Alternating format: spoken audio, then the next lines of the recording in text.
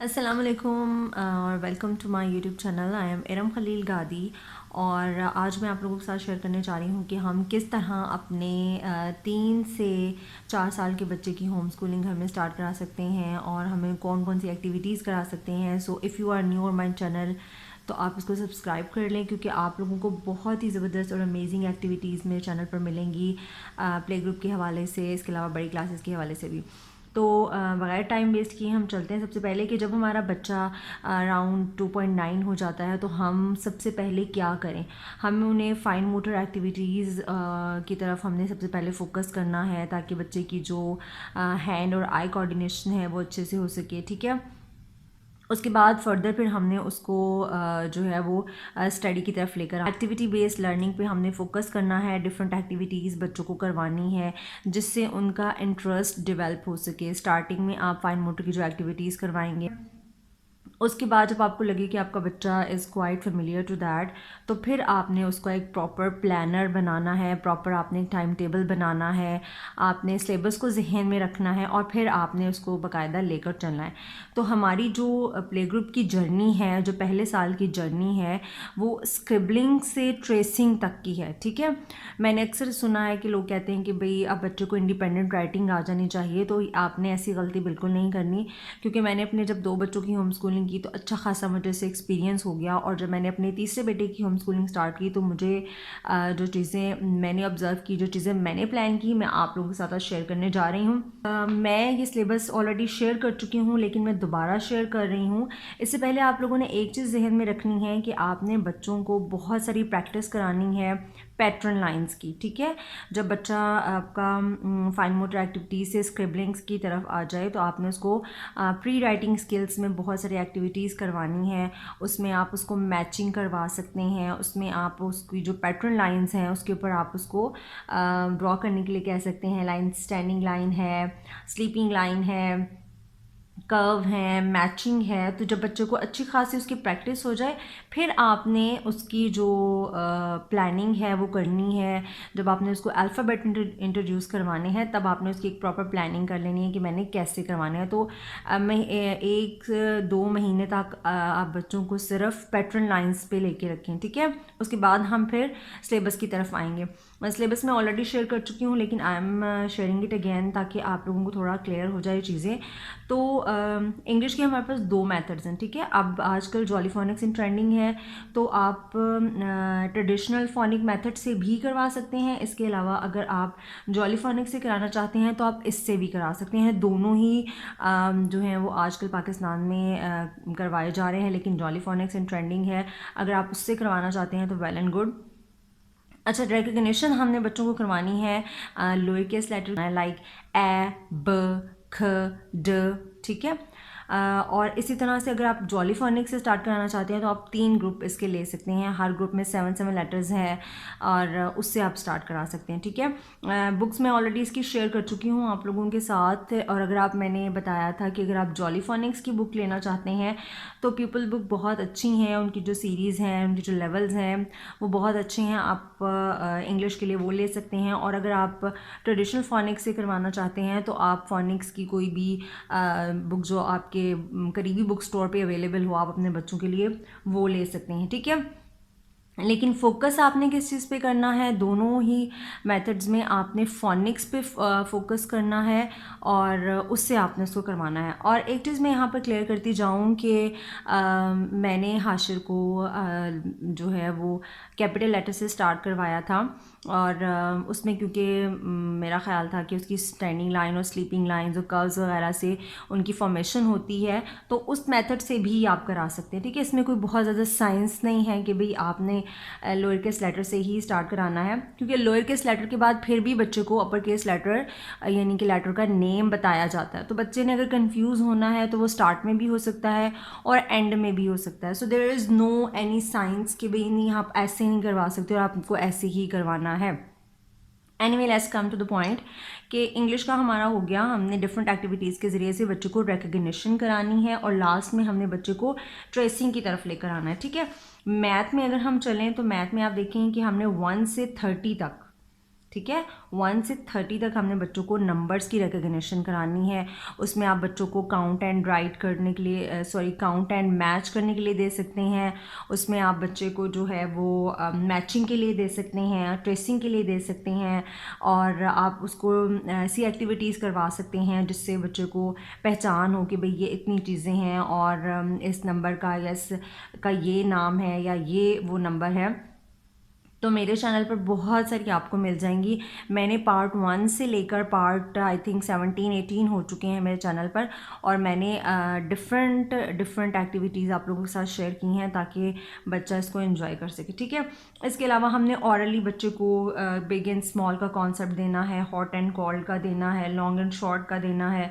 इसमें आप maths related shapes वगैरह का भी कॉन्सेप्ट जो है वो इसमें दे सकते हैं, ठीक है।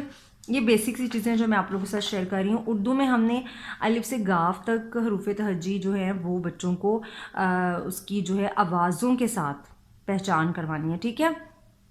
जैसे अलिफ का आ साउंड है, बे, ब, पे, प, ते, त, तो इस तरह से आपने उसकी रीडिंग करवानी है।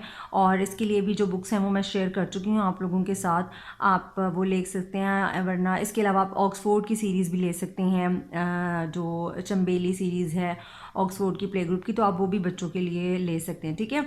इसमें आप कॉलम मिलाएं, नुकात लगाएं, इस तरह की डिफरेंट चीज़ें करवा सकते हैं। जनरल नॉलेज में आप बच्चों को इसमें कोई लिमिट नहीं है कि भाई हमने यही चीज़ें करवानी है। आप days name, shapes name, vegetables name, अल्लाह के बारे में जो जितने भी क्वेश्चंस हो सकते हैं, तो एक कन्वर्सेशन के ज़रिए, एक डिस्कशन के ज़रिए बच्चे को ये सारी चीज़ें आपने पहचान करवानी है, ठीक है। तो ये तो कुछ हो गया हमारा सिलेबस। मैंने आपको बताया कि फ़ाइन मोटर और लॉजिकल रीजनिंग जो बहुत इंपॉर्टेंट है उस पर आपने फोकस करना है। बच्चे को ब्रेन बूस्टिंग की एक्टिविटीज़ करवानी है, क्योंकि अब वो दौर नहीं है। मैं बार बार मेरी वीडियोज़ में आपको नज़र आता होगा कि मैं फ़ोकस करती हूँ कि आपने बच्चे को जो है वो स्किल्स देनी है। लॉजिकल रीजनिंग की स्किल आपने बच्चों को सिखानी है ताकि उसके अंदर एक क्रिटिकल थिंकिंग की एबिलिटी और स्किल जो है वो पैदा हो सके, ठीक है। जब आपको एक सिलेबस का पता चल जाता है तो उसके अकॉर्डिंग फिर आप अपना टाइम टेबल सेट कर सकते हैं। ये भी मैं ऑलरेडी आप लोगों के साथ शेयर कर चुकी थी, लेकिन मैंने सोचा कि न्यू लोगों के लिए मैं अगेन इसको शेयर कर दूं। तो इस तरह का आप अपना टाइम टेबल जो है वो डिज़ाइन कर सकते हैं, जिसमें रीडिंग भी हो जाए, राइटिंग भी हो जाए, फाइन मोटर की एक्टिविटीज़ भी हों, रिकग्निशन की एक्टिविटीज़ भी हों और मेमोरी की एक्टिविटीज़ भी हों, ठीक है। तो ये तो हो गया हमारा सिलेबस। और ये इसके अलावा हमने जो एक्टिविटीज़ करवानी है तो आप उसके लिए कोई सा भी फ़ोल्डर बना सकते हैं। मैंने यहाँ पे एक फ़ोल्डर बनाया हुआ है जो मैं आप लोगों के साथ शेयर कर देती हूँ, और इसकी एक्टिविटीज़ मैं आप लोगों के साथ हर पार्ट में शेयर कर चुकी हूँ, लेकिन थोड़ा सा मैं इसका ओवरव्यू आपको दे दूँ कि आप इस तरह का फ़ोल्डर बना लें और जो जो एक्टिविटीज़ आप बच्चों को करवाते जाएं वो आप इसमें सेव करते जाएं। ये आपके लिए नेक्स्ट टाइम के लिए भी फ़ायदेमंद होगी, और ये कि आपको भूलेगा भी नहीं कि मैंने बच्चों को क्या क्या चीज़ें जो हैं वो करवाई थी, ठीक है। तो एक फ़ोल्डर आप लोगों के लिए बहुत बेस्ट हो सकता है, और ताकि जब आप नए बच्चों की होम स्कूलिंग वगैरह स्टार्ट करवाएं तो आपको उसमें भी ये काम आए। पज़ल्स बना लें कुछ और आप वो सेव कर लें, और आप परचेज़ करना चाहते हैं तो आप परचेज़ भी कर सकते हैं। इसके अलावा आप लोग फ़ोल्डर बना लिया करें जिसमें बच्चे की जो जो एक्टिविटीज़ वो बच्चा करता है आप वो उसके अंदर सेव कर लें। और इस तरह से फ़ाइन मोटर की जो भी आप एक्टिविटीज़ करें, ये हमने रिकग्निशन की एक बुक बनाई थी छोटी सी, और मैंने इसमें जो भी हाशिए की एक्टिविटीज़ थी वो उसके अंदर सेव की हुई हैं। बहुत सारी मिसिंग भी हो गई हैं, लेकिन कुछ चीज़ें इसके अंदर सेव हैं, और इंशाल्लाह फ्यूचर में भी हम इसके अंदर बहुत सारी चीज़ें जो हैं वो इसमें शामिल करेंगे। तो ये तो हो गई हमारी कुछ एक्टिविटी फ़ोल्डर हो गया। मैंने आपके साथ वर्कशीट फ़ोल्डर शेयर कर लिया। इसके अलावा मैंने आपको बुक्स का ऑलरेडी मैं आपको बता चुकी हुई हूँ। लास्ट में जो चीज़ मैं आप लोगों के साथ शेयर करूँगी वो है उसकी हाशिए की नोटबुक्स, ठीक है। नोटबुक्स में ये वाली जो नोटबुक है बहुत नॉर्मल से एक नोटबुक है, और हाशिर की फ़र्स्ट नोटबुक थी ये। मैं आपको इसका दिखा दूँ ज़रा ताकि आपको पता चले कि बच्चा कैसे स्टार्ट करता है। आप इसकी हालत देख सकते हैं कि हाशिर ने कैसे स्क्रिबलिंग स्टार्ट की हुई है, और फिर उसने स्टैंडिंग लाइंस डे 2 पे जो स्टैंडिंग लाइंस थी वो कैसे की हैं, कलरिंग कैसे की है, कुछ कोलाज वर्क है। इसके अलावा मैंने आपको बताया था कि मैंने अपर केस से स्टार्ट किया था, तो आपकी मर्ज़ी है आप लोअर केस लेटर्स रिकग्निशन कराने के लिए कि भाई ऐसे आप सर्कल लगाएं, और फिर देखें अगेन स्टैंडिंग लाइंस हैं, मैचिंग है। तो ये एक आपको थोड़ा सा आइडिया देने के लिए कि आप नोटबुक पे किस तरह की वर्कशीट्स बच्चों को डिज़ाइन करके दे सकती हैं, थोड़ी कलरफुल सी हों ताकि बच्चा उसमें कलरिंग भी करे और उसको वो इन्जॉय भी करे। ठीक है, तो कुछ मैंने लॉजिकल रीजनिंग की भी बहुत सारी एक्टिविटीज़ बीच में साथ साथ ही करवाई हुई हैं।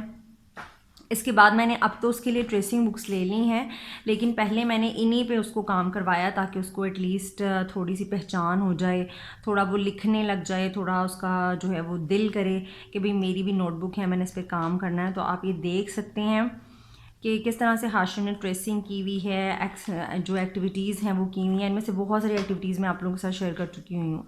ठीक है, ये इसकी 3rd नोटबुक है और इसमें आप देखिएगा थोड़ा आपको विजिबल चेंज नज़र आएगा कि जब उसने ट्रेसिंग वगैरह स्टार्ट की है और जब उसने कलरिंग वगैरह स्टार्ट की है तो उसने काफ़ी अच्छे तरीके से चीज़ों को करना शुरू कर दिया था। अब उसने अल्हम्दुलिल्लाह कैपिटल लेटर्स कर लिए हैं, स्मॉल लेटर्स की अब हम फोनिक्स के साथ पहचान कर रहे हैं।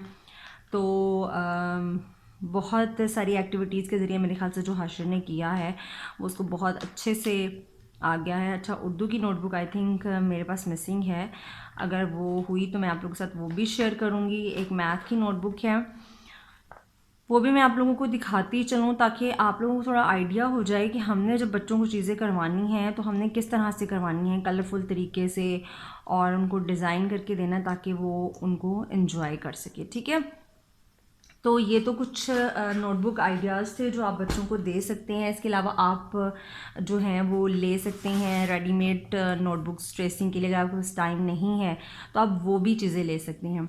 आपने जैसे भी करवाना है, जो भी करवाना है, सिर्फ फोकस करना है आपने बच्चे को कि आपने इस पर बहुत ज़्यादा बर्डन नहीं डालना। ऐसा नहीं होगा कि आप बच्चे को कहें कि भाई ये टाइम टेबल आपका बन गया है तो अब आपने इस टाइम पे पढ़ना ही पढ़ना है, और उसका नहीं भी दिल कर रहा तब भी आप उसको जो है वो फोर्स करें। कोशिश करें कि एक प्लेफुल मैनर से, एक्टिविटी मेथड के ज़रिए से आप बच्चों को करवाएं ताकि वो चीज़ों को एंजॉय करें। और इसके अलावा अगर इससे रिलेटेड आप लोगों की कोई क्वेरी हो, आप लोग मुझसे पूछ सकते हैं। अपना और अपने बच्चों का बहुत सा ख्याल रखिएगा, दुआ में याद रखिएगा। अल्लाह।